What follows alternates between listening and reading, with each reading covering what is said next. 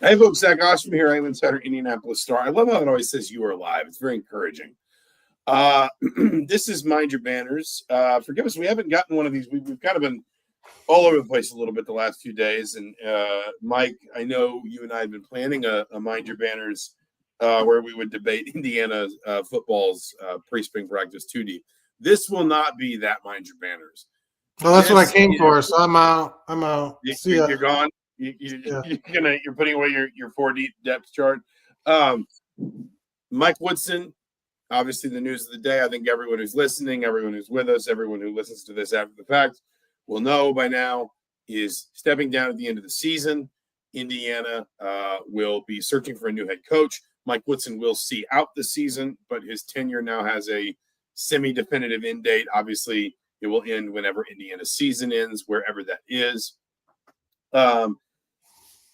I want to spend most of this time sort of looking forward more, but I it is an obvious first question, just your reaction. You and I obviously had talked behind the scenes a lot about just the direction of this program in the last couple of years. Of course, there had been, a pretty significant amount of, sort of fan frustration. And I think it's fair to say some apathy had really set in with this fan base. But at the same time, I mean, it's not a small thing for a coach to leave, and it's certainly not a small thing for something like this to be announced in season. So what's been your reaction to kind of the last 24 hours and maybe the way it all kind of culminated here this afternoon and evening? Well, now you're asking like different questions. So what's my immediate thought, or what your main takeaway? Give me three or four things. Well, I was laying out this timeline for tomorrow that we put together, and you can kind of see where he failed. but he took, it's interesting. He took some big swings. You can't say he didn't try some interesting things with scheduling tough. You can't say, I mean, he took shots at talent, especially at the high school level, early in his career that, big name guys, tried to get in there with the top talent. But you can also see where these things kind of just fell short, that the plan kind of changed when things didn't work. And you can kind of see, I think when you look at sort of his body of work, just the overall inconsistency, I think it's hard to argue he deserved more time. I think that would be my big takeaway. I don't know how much of it all is he didn't coach it in college before, and that's kind of what doomed him. I don't know. It's just, but I just think that when you kind of look at his body of work, look at this 4 years, the highs were not sustained, and there were much more lows, especially in the last 2 years. That to me, it's like, yeah, I don't think this was an unfair outcome at this point. In his tenure or the season, like I just thought. I think I get it. Yeah, I think there's kind of, to me, like two sort of parallel conversations here. One is just like the evaluation of Mike Woodson's tenure, and I think your evaluation is fair. Broadly speaking, I think there's, I think Woodson had very good and commendable and real ambitions. I just don't think, I think you had the number that you fed me earlier today. He was 15-35 in games against quad one opponents. I think 13 of his 36 Big Ten losses to this point have come by 15 or more points. There was always just a feeling that, for all that Indiana under Mike Woodson sort of wanted to strive to go to a really high level, pretty much from day one, in the way it recruited, in the way it scheduled, in the way it developed everything, it did feel like there was, just kind of a bit of a ceiling, on ultimately where it got to. I also think there is the wider sort of like historical perspective of this, which I understand to a point, which is Mike Davis got 6 years. Even if you take out the 3 years Tom Crean got as sort of like a rebuilding grace period, he got 6 but more that's years. Archie, I'm not done. Give me a minute. You just wait a minute. Archie Miller got 4 years, didn't make the tournament. Mike Woodson gets 4 years and made it twice. but I think that especially where the program is now, and the further it gets away from kind of the comfort zone of its sort of historical success, your evaluation can't just be based on past performance. There has to be a demonstrable belief in the direction of the program. And if you looked at obviously results, we've talked about quad one results or results in Big Ten play or whatever. But then I think you look obviously at Indiana's performance in Atlantis, at the Indiana's performance in some key road games this season. I'm thinking about Nebraska. I'm thinking about Iowa. I'm thinking about certainly late in that Northwestern game. I'm thinking about Wisconsin. When you look at what the analytics say, Illinois. I said road games. So, but you look at like what the analytics say. I mean, Indiana's never had, for example, an adjusted defensive number on Ken Palm as good as what it was in Woodson's first season. It has backslid pretty steadily. It's better this year than it was last year, but like still demonstrably worse than those first two seasons. The point is there has to be a compelling argument for the direction of the program, not just what it's achieved in the past under a head coach. And I don't think it is unfair to say that argument had become thinner, a lot thinner in the last 2 years. And, we talked a lot about in the offseason how a program can change its fortunes so quickly in the portal, and that's true. But the flip side is the portal can also take you apart really fast. If suddenly it feels like that, that direction and that momentum and that confidence have been lost, I just think like basically I think the clock runs faster on every coach now in college. Well, I think, yeah. That combination of factors landed Indiana where it is. Well, I think that was going to be my main point. The idea that you mentioned what Mike Davis got 6. I mean, you used to give guys a full 4 years to get their own guys in and see how they built the program because you needed to take time to cycle guys out, cycle your guys in. Now, I mean, you can do that. Like you said, it could be to your detriment, but it's not when you're Indiana and you have a war chest that's bigger. Like Indiana has more advantages now possibly than they did before because they have more money. And so, if you're a team at a disadvantage with NIL, I think maybe you could say, look, the timeline still should be the same because we're dealing with, or we're at a lower level where it's like if you're a MAC team, like anybody that's good, somebody comes swooping down and take them. Indiana can play defense like that. They can, match offers. They can, we saw, I went through, they were the only school with 3 top 25 transfers according per 24/7's rankings in the last cycle. So I think that they have actually some built-in advantages where you can kind of say I don't and they didn't go the high school route where it's like if he was sort of steadfast, we got to build through high school recruiting and that takes time. He kind of abandoned that, right? He took too many swings, I feel like, with those bigger guys, didn't have a sort of plan B, went to the portal, and that's kind of where you end up. So I don't really know. I'm not sure if I was Mike Woodson right now, obviously you're upset just because you feel like you might have got the short end of the stick, but where did the Indiana fault him? Why should he have gotten more time? What were the what's the argument from his perspective where you're trying to put yourself in his shoes, other than that, he had been here and I think that's something I think he believes that he deserved, as a player here to sort of work his way through it. But what else? Do you know my point? What else? Where did they? You have to work your way through it a lot faster anymore. And this has kind of been, and at times Woodson in the last 2 years had talked about, we're still trying to figure each other out, and it's you don't have that kind of time to do that anymore.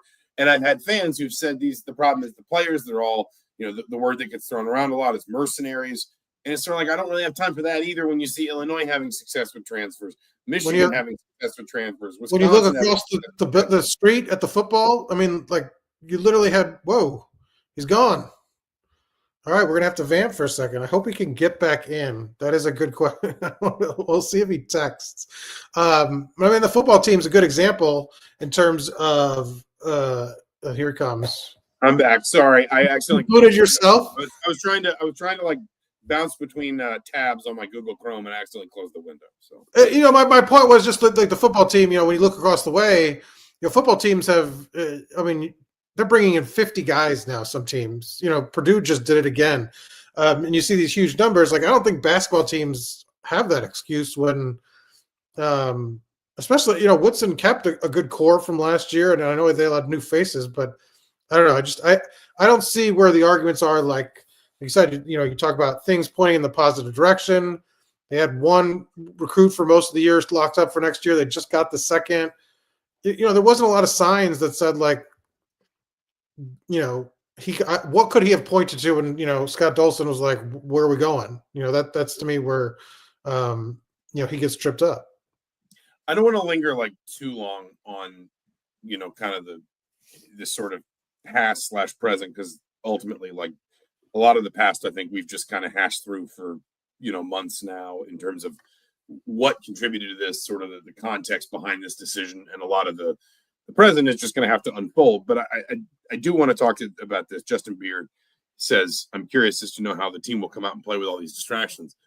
The last thing I kind of want to talk about with just the way things are right now with Indiana is what this does for the course of Indiana's season, because, on the one hand, I understand anybody who says these are distractions. On the other hand, I wonder if it relieves some pressure. And I go back to not a lot of programs have an analogous season to this one, but Indiana does. The 2006 season, Mike Davis announces, I believe it was before the Penn State game on February 15th, that he planned to resign at the end of the year. And, that he would coach out the season, but that, he was going to kind of give Indiana a pretty sort of comfortable on-ramp to search for his replacement. And, that Indiana loses that Penn State game. It loses its next game. That's a stretch of 7 losses in 8 games. And then Indiana tears off 5 in a row. And if our friend Eric Sears here, maybe he says differently. I was a freshman in college. The impression from the outside in, anyway, was that team was actually kind of benefited from that clarity and that certainty and that idea that like the big looming shadow kind of evaporated. And beat Michigan in that stretch. It won at Michigan. Or Michigan State in that stretch. It won away at Michigan in that stretch. Beat Wisconsin in the Big Ten tournament. Beat San Diego State eventually in the NCAA tournament for losing a pretty competitive game actually to Gonzaga. My point is, it's it will be fascinating to see how Indiana navigates these last at least 9 games, 8 games plus presumably a game in the Big Ten tournament. That I think it would be kind of hard on their current trajectory to miss the Big Ten tournament at this point. I could kind of see it both ways. Like I could see it being something that does become a distraction and becomes, kind of contributes even more towards certain things slipping away. I could also see a world though where this just relieves enough pressure for everybody to go out and just sort of, I don't want to say enjoy themselves, but like not have to play tight, not have to be worried about, these sort of bigger questions, and just say, hey, listen, between now and the end of the season, we have it. What we have is what we have, and let's just go make the most of it together. I guess, but I mean, like at some point, like they had a chance to sort of salvage this season and make a tournament against some teams that were lesser than, and they couldn't muster up, the fight, the effort, the focus to win those games. So it's like, I mean, we've kind of seen they're not very good right now, and like you said, maybe the pressure's off, but like, I mean, they're not playing a bunch of easy teams. Washington's probably the easiest game left on their schedule. Have kind of a tough stretch here. And, you just felt that if this team was going to kind of, pull itself out of it and had motivation, like I don't understand how the tournament wouldn't be bigger motivation than sort of like feeling better because, what Mike Woodson's future is. I don't know. That to me is just, I'm not predicting. I'm just yeah, saying, no, like, I can see it going both ways. Yeah. And I mean, or it could just be middling, and it's just kind of more of the same. And we've seen what this team is. So I don't know. I think it has the potential to be what we've seen. I think that's probably the most likely scenario. Like, do you feel like this team is capable of winning 5 in a row here at this point with the schedule it has in front of them? I do. Well, I don't know about 5 in a row, but like, for example, if you said, could Indiana win 6 of its last 8, I wouldn't have a ton of trouble believing that, because 5 of those are at home. And that had, I mean, that, like we always talked about, like the schedule was so lopsided with road games at the beginning, and it was going to be a little bit more forgiving kind of at the end. 5 of their last 8 and 4 of their last 6 are at home.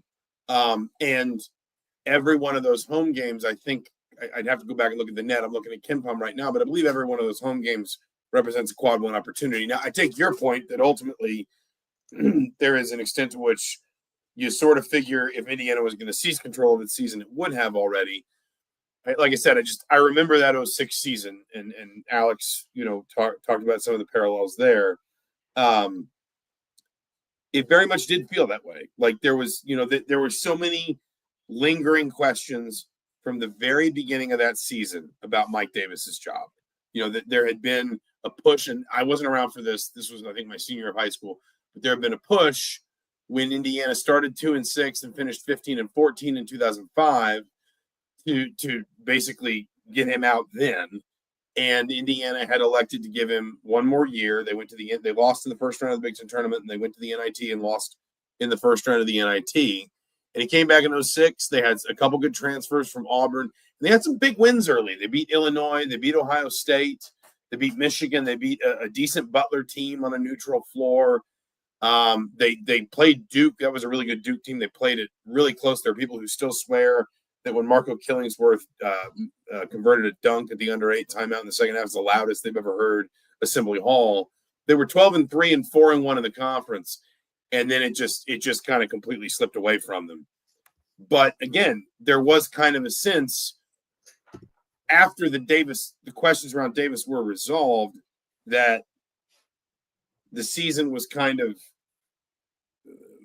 almost just kind of more savable because everybody felt a little bit less pressure. And it would be fascinating to talk to Eric about that, because Eric Sewer, who's on IU's radio network broadcast now, Eric was on that team. I guess I disagree with like the comparison in the sense that,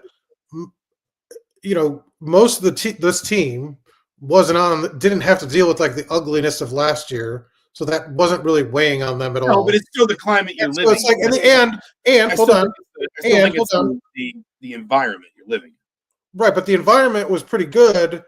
They had won 5 in a row, and everybody was sort of like, man, did they figure it out? Like, I mean, like, I don't think it was so tough.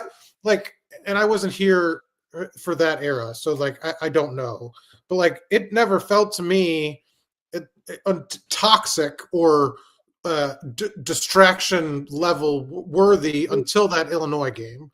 Like the rest of the season, the fans gave them a chance, more than one chance to be like, we're in, right? After that South Carolina game, they're going to battle for Atlantis. Like we're on board with this team. This team has potential. Terrible, right? Come back. Fans are like, all right, we're going to do this again. And then they roll off that 5-game win streak.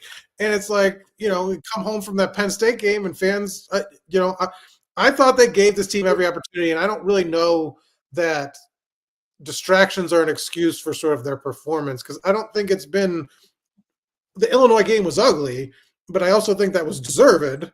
And that was sort of the first point in the season. And it was sort of, 2.5 months in that it got to that point. So it's like, I don't think like, they weren't booing Mike Woodson every time he was on the floor for the first 2.5 months. It was like sort of like, yeah, like if he doesn't get this turned around, there's questions about his job. But they were willing to embrace him up until the point where it just looked totally lost. But they lost. You might be right. I mean, like, listen, history will tell us. Like, hindsight will provide the context we need, and that's. But one thing you said, and I want to ask you a question about this. You said apathy had set in, and do you really think that? Because like, I mean, apathy would be like they didn't care, and it's like to me, like you saw at the Illinois game. Yes. The answer is yes, and I wrote this after the Illinois game.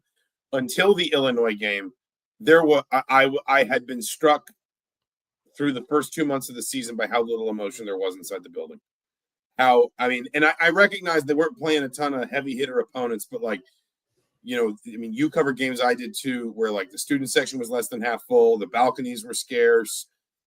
It was hard. Like fans weren't really engaging with the games. like what was striking about Illinois was it was the first time it felt like that building was really charged all year. And I mean, I had a number of people remarking to me over those first 2 months, you know, just like how, I mean, like the attendance levels had never been so consistently that low. The crowd had never been so disengaged. And then suddenly, like, boom, it goes from that to undeniably, sort of extreme anger and frustration kind of all vented at once. And then on the backside of that, you get Maryland, which I think, as you pointed out in real time, was kind of the moment when it felt like the fans got like, sort of tried to give the team a chance, almost like trying to get behind it again. But no, I absolutely think, I mean, apathy was, to my mind, absolutely the word I would assign to the first 2 months of the season. And then Illinois was startling in part because it was such a shift up in tone from what it had felt like I'd seen, even like a Rutgers or a USC, where it was like, double-digit home wins, Big Ten opponents, whatever. There was still just like not the energy you would normally see for an IU basketball team. So yes, I do think. Well, and that's why I asked, because I mean, I appreciate, obviously you've been covering this team longer, and the last 2 years is my sort of window into this team, and so the crowds, like, what did they look like? I mean, I've seen this, Kansas game with incredible atmosphere last year. I didn't know, I don't have a sense of like how bad the crowds are compared, for home games and things like that. So no, I did want to ask and curious for, appreciate that perspective in terms of the history of it.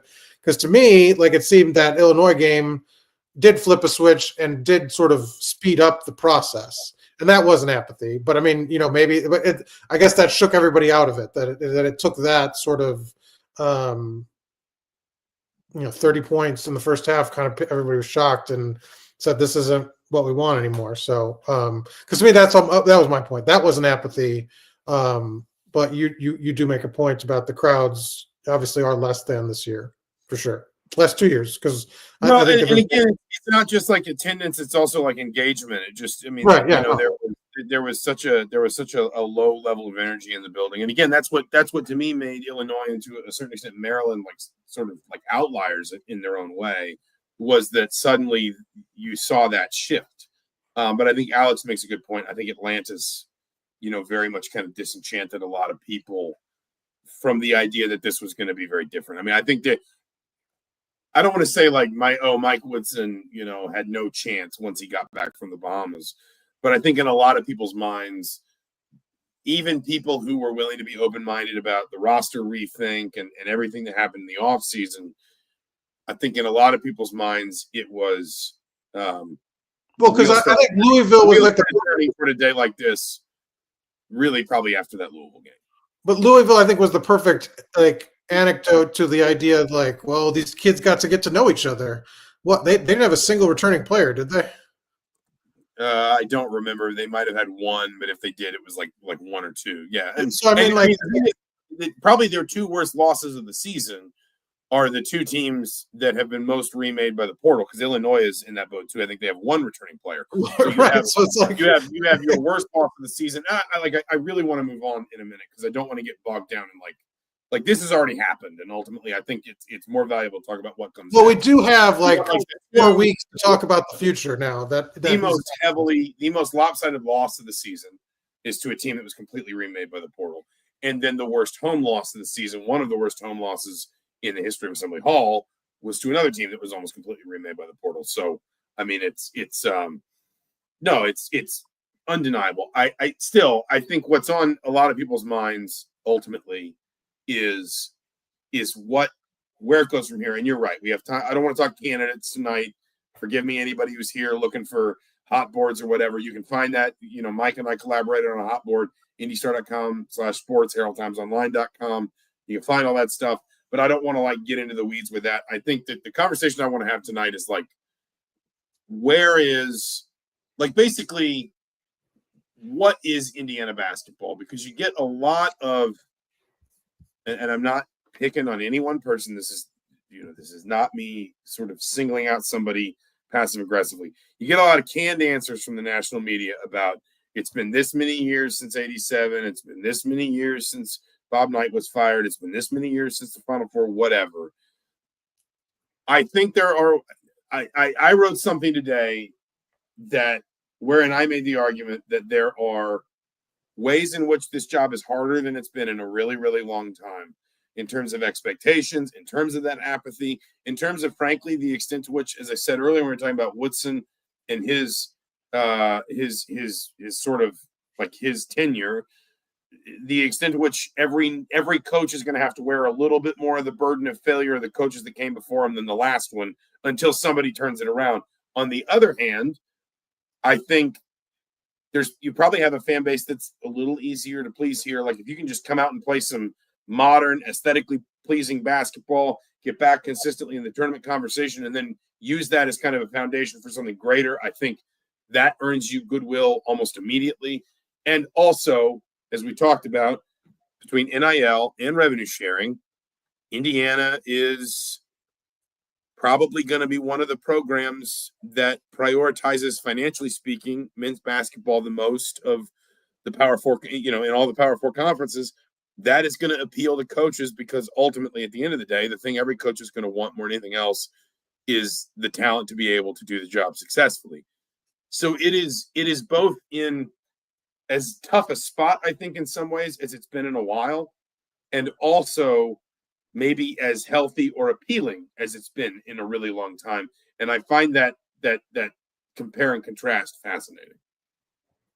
Well, yeah, I mean, because I think and Indiana has, Scott Dawson has talked to both of us about this, committed to the ceiling of the revenue share. The Indiana, is most Big Ten. I don't know of a Big Ten school that said they aren't, but I mean, you're going to hit the number. You're going to still have, in theory, kind of the collective bringing in extra on top of it, and real deals for these players. And basketball has been a priority. They've had no problems sort of as of yet. It's probably going to be easier to sell like real NIL with IU basketball players too. Like, they've set up a lot of they've done a lot of the background work on that to make sure they're ready. And so, to me, like when you have that piece, like you just have to kind of find the right personality to deal with like the baggage that you're talking about. Because I think the big thing, the money's sort of like what makes the world go round. But in terms of college athletics, it really is like the A, B, and C of it all. Like, I mean, if you have the money, you're on second base, right? And on top of it, Indiana's not. You mentioned some of the baggage for the coach has to deal with in terms of the past. Like the facilities are good. You walk in here and people do care about basketball. You're not sort of struggling to fill the arena, because like the crowds are better even when they're bad at a lot of schools. So it's like to say that there's like 10, 12,000 people in the arena and that represents apathy is. Right. Apathy at most. Oregon I know somebody that would say Oregon would love that situation. Apathy at most schools is like 1,000 people at a game, not 10,000 people at a game. And certainly, this gets thrown around a lot. And I have commented before, people know my stance on the idea that like fans can help for the better or the worse sort of affect the atmosphere around a program and whether things are going to, whether things will be successful. But I have a ton of time for the argument, like plug any other blue blood program into Indiana's last 35 years and tell me you don't wind up. Tell me that some places probably don't get more fed up with it to me. I mean, like, I'm not trying to be flippant, but ultimately, they didn't have a one and done, other than the rule breaker. It's like they didn't. Woodson got 4 years still, right? Indiana's been to more football postseasons in the last decade than basketball postseasons. It hasn't been to a Final Four in 23 years. It hasn't won a national title in 38. It's convenient because they won a national title. I was like 6 weeks old. So all I have to do is just remember how old I am, and that's how long it's been since Indiana won a national title. most programs, even ones with good history, would probably have their fans probably would have abandoned them by now. Maybe not your Kansases, maybe not your Kentuckys, your Dukes, but that's why Indiana, while I would not argue that Indiana's a blue blood at the level of like Kansas right now, that's why Indiana, I think, still gets at least some entry into that conversation, because the fan base can be weaponized for the good of the program, and that fan base most places would probably just be gone by now. And it's not at Indiana. It's not at all. How much does personality matter to the next? Like Woodson, obviously, even though he was a former player, and the idea was that he was going to be a bridge to the past, did not click with the fan base. Do you think it's important that they find somebody that does? What's your kind of take on that? As somebody that's been through now three full tenures, or three 10 years coaches? Yeah, 4 if you count Sampson. Or does it not matter? I think it's important early on. And I think that's always the case when you see a coaching change like this, in the sense that, people need to be convinced, people need to be pulled back in. So I think it's important early on.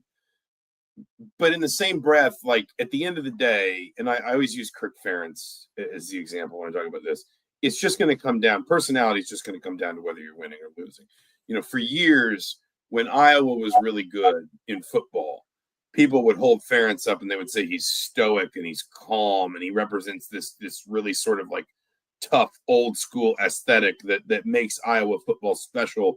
And look at him just winning 10 games a year, and they play this big, bruising, physical brand of football, and he's just kind of this throwback on the sideline. And then the years where Iowa struggled, it was, look at this guy, he's emotionless, he's boring, he's tired, just like his offense, just like his program. Tom Crean probably got some of that too. I mean, I remember in the early Tom Crean years, people loved his enthusiasm and energy. And then as public sentiment kind of turned against him, it suddenly became a problem. The way he, the sort of over enthusiastic behavior on the sideline, and the way that he, the sort of hyper energetic personality that he brought to the game, to the job, to his, to his team, to his huddles, whatever. I think, listen, the next coach, whoever it is obviously just going to need to engage with the fan base, because any coach kind of does. And I remember when Woodson came in, and it was, it was 4 years of Archie Miller, who probably wasn't a very engaging guy, certainly with the fan base. Obviously, COVID doesn't help with that at the end. But there was a real feeling of like everybody kind of embracing how laid back Woodson was. He swore in press conferences, and he'd kind of look the other way on some NCAA, like, he'd talk about recruits when he wasn't supposed to, and that was kind of endearing, that he just thought NCAA rules were dumb. And Indiana got some swagger back. Like, he came out to it wasn't Juicy. What did he come out to? It was another Biggie song that he walked out to in his first Hoosier Hysteria and all this, and everyone loved it. And then again, it all turns when you start losing. So I think there is obviously always just a natural sort of new coach bump, if you know what I mean. The next coach has to have a personality that clicks with the fan base. You can't immediately turn them into enemies or make them skeptical or whatever. But at the end of the day, the way that it is perceived in the end is just going to be colored by whether they win or lose. You know what I mean? No, it's fair. I just, you've been through some varied personalities. And so, it was Alex points out it was Big Papa by Biggie. So, no, I mean, go ahead. No, you go ahead. What are you looking for then? I mean, I know you don't want to talk Kansas, but just generally, I mean, you said dealing with the baggage and everything. What's your sort of like idea? What do you think they should be looking for? Not names, just like the candidate. Yeah, I mean, I certainly think. I wonder at. I mean, Scott Dolson was incredibly, sort of thoughtful with regard to the. I mean, you talked to him too, like this almost like checklist that he had when he went looking for his football coach. He wanted somebody who was an established head coach, an offensive coach, had developed quarterbacks, had been a recruiting coordinator. I would be surprised if Scott Dolson doesn't approach this search with a similar sort of, these are the things that I think ultimately make a good coach in the situation that we as the Indiana basketball program are in today. I would imagine a modern style of basketball is going to be part of that. I think Indiana's gone to, and this is obviously a lot of these problems predate Woodson. Woodson did not solve them. They are Woodson's among others, but they are not solely his. Indiana has just, quite frankly, looked very hard on the eye offensively in the last several years. Only once in the last 8 seasons has Indiana finished a season better than 62nd. They're 62nd nationally in adjusted offensive efficiency right now. That would be their second best finish per Ken Pomeroy nationally in the last 8 years. The 3-point shooting, Indiana's only shot more than 34% in a single season as a team once in the last 8 years. So I'm not saying you have to sort of I'm not saying that you have to sort of prioritize, let's just shoot the ball, score a bunch of points, whatever. But I do think there's an extent to which you find a coach that can sell you on the idea, on the belief that you are going to be a much more modern, offensive, aesthetically pleasing basketball team. I think that person's got to have a very clear-eyed idea of how they're managing a payroll. And let's call it that. Let's be fair. That's what it is. We've talked about it so much with football. Let's not act like it's not going to be the same way with basketball. I think it's another one where, that this person has to have a really strong working knowledge of how to run their own program. But that doesn't necessarily preclude a slightly outside the box hire like Josh Schertz or Ben McCollum at Drake, who, is only in his first year in Division I, but won 4 national titles, I think, across 13 or 14 years in Division II. This is where I kind of get into my TED talk, and I wrote about this last year in Kentucky hired Mark Pope. I wrote about this today. Historically speaking, jobs like these don't hire home runs, they make them. They don't hire great coaches. There are some outlier examples. Bill Self to Kansas, John Calipari when he goes to Kentucky. I don't really count Roy Williams to UNC that way because Roy Williams, he had his own history with North Carolina that I think made that job distinct in his experience. But Roy Williams got the Kansas job as an assistant at UNC. His mentor, Dean Smith, was elevated from an assistant's role at North Carolina. So was Tom Izzo. Judd Heathcote took the Michigan State job from Montana. Bob Knight and Mike Krzyzewski made Hall of Fame careers out of starting as the head coach at Army. We can go on. In the Big Ten alone, you got Greg Gard was an assistant. Bo Ryan came from Wisconsin, Milwaukee. We can keep going. My point is, people love to talk about what's the home run hire, who's the grand slam, whatever. Jobs like these, it's tricky. I understand that, but jobs like these historically make great coaches much more often than they hire them. So I'm not saying you don't call a Brad Stevens or a Scott Drew or a Billy Donovan or whoever, but it is, I think, important to recognize that it is distinctly possible to go hire somebody that's lower profile than you think they are right now. If they are the right person, they will make the job work. And I'm fascinated to know, and I know Scott Dolson is keeping his own counsel for now. I've asked. I don't think there's going to be anything immediately forthcoming in terms of talking too much about the search and all that, which, again, I kind of understand. I don't think Scott Dolson is going to want to be an immediate distraction to a season that is still very much ongoing. It's not like tomorrow is the last regular season game. There's still a month plus of basketball left to play.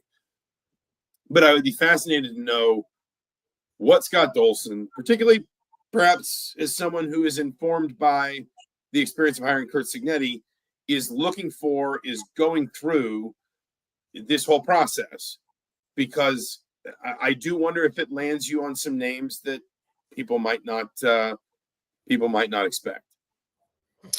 Yeah, I mean, I'm interested to see what they prioritize, and I mean, in terms of how you construct a basketball roster now.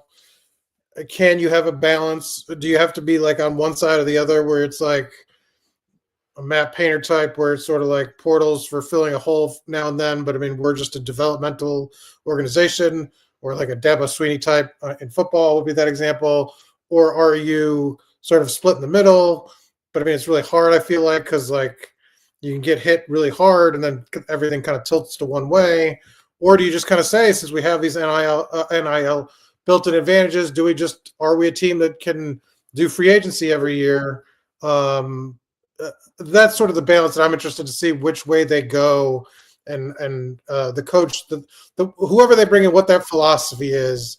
And I think the important thing is, because I think that what we've seen, or I've seen the last 2 years, is a guy that can, whether you have the money to know to spend it right and sort of build a roster that can come together. Because I think Mike Woodson, sort of the GM, didn't do Mike Woodson, the coach, any favors in terms of his like sort of like putting these pieces together. Because these rosters this last 2 years have just not.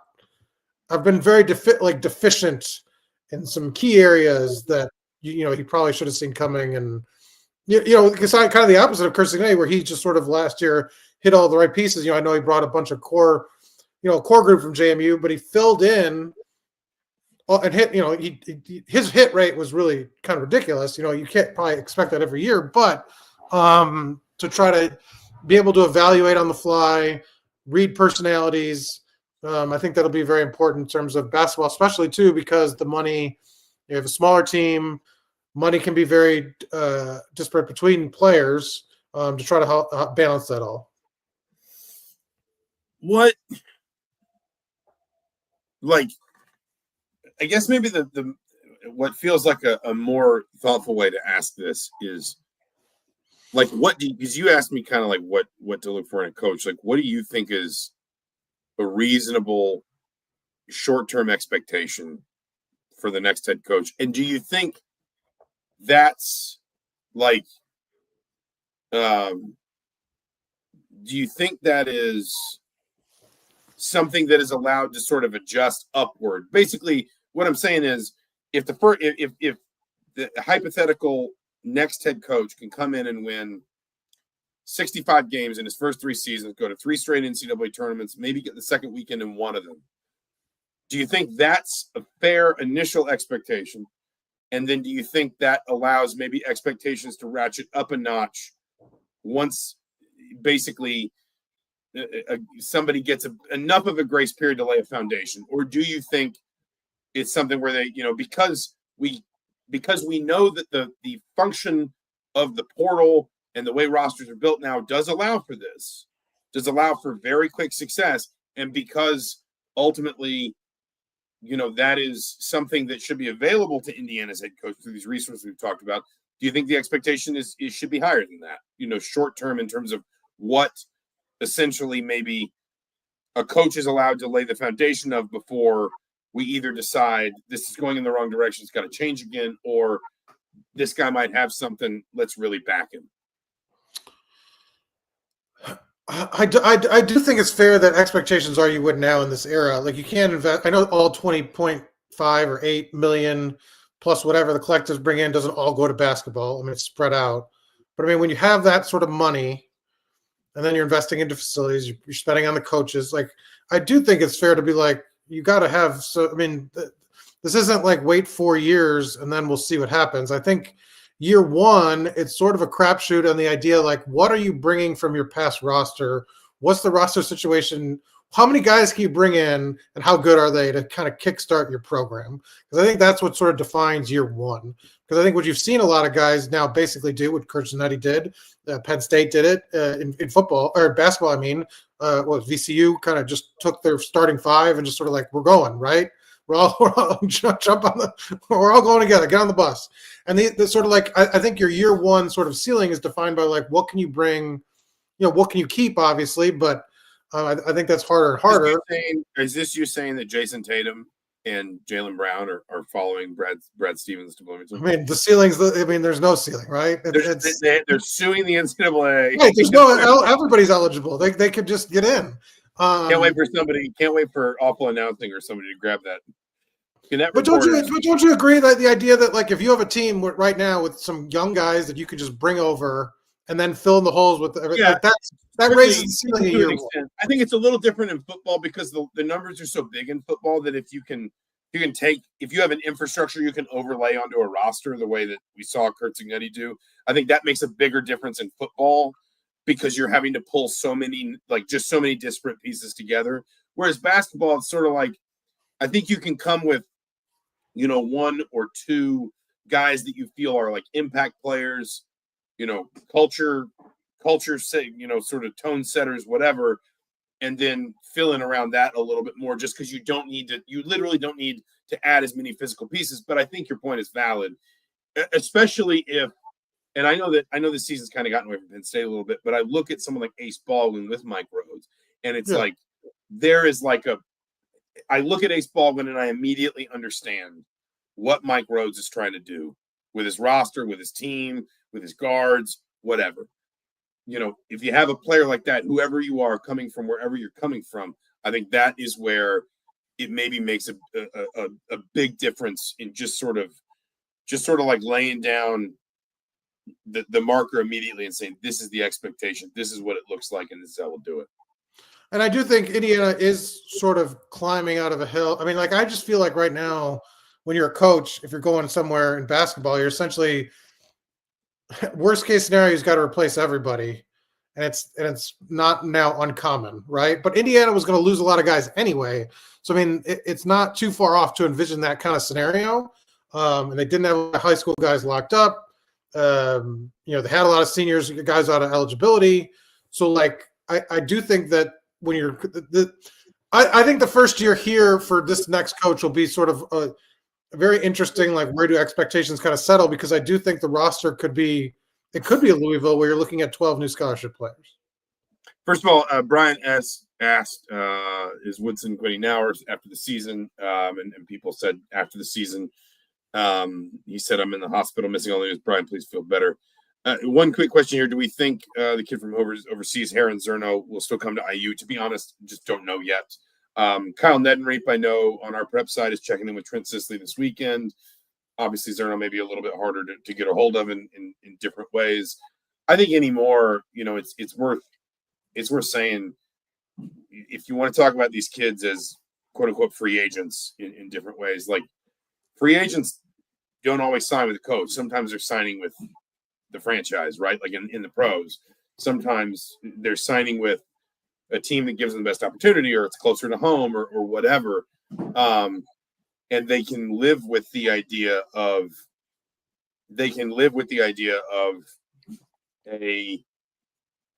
some uncertainty in different areas of the program. So I don't know. I would be surprised if everybody doesn't at least take a bit of a wait and see approach.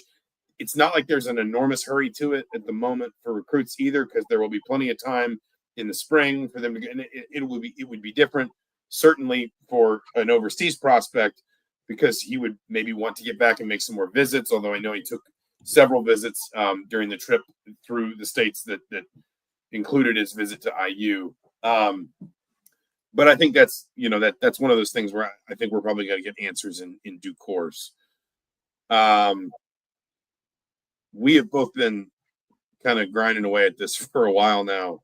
I don't know if you have any other business tonight. We will obviously have more podcasts. I think we will certainly do something post game tomorrow. I don't see how we can get around that, just because it's going to be a fascinating scene. Well, what's your anticipation?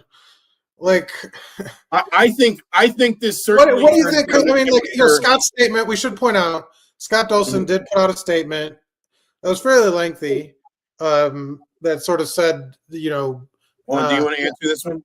I mean, that's you're not even. You're a landman, so obviously, we both endorse landman. Yes, we both endorse.